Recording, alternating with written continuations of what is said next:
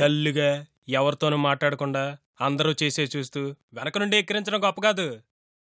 అన్నింటిలో యాక్టివ్గా పార్టిసిపేట్ చేస్తే తెలుస్తుంది వాటి విలువేంటో.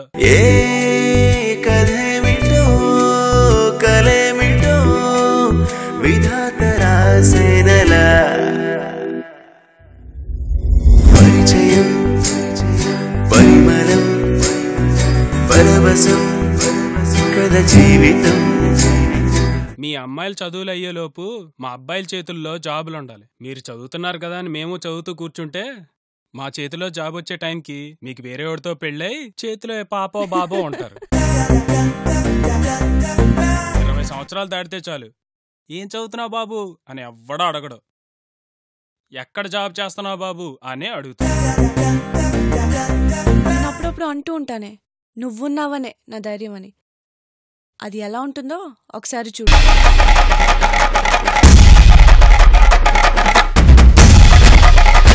అమ్మాయిలు ఆవారాగాలకైనా పడతారేమో గాని నీలాంటి ఆడింగోడికి మాత్రం పడర్రా.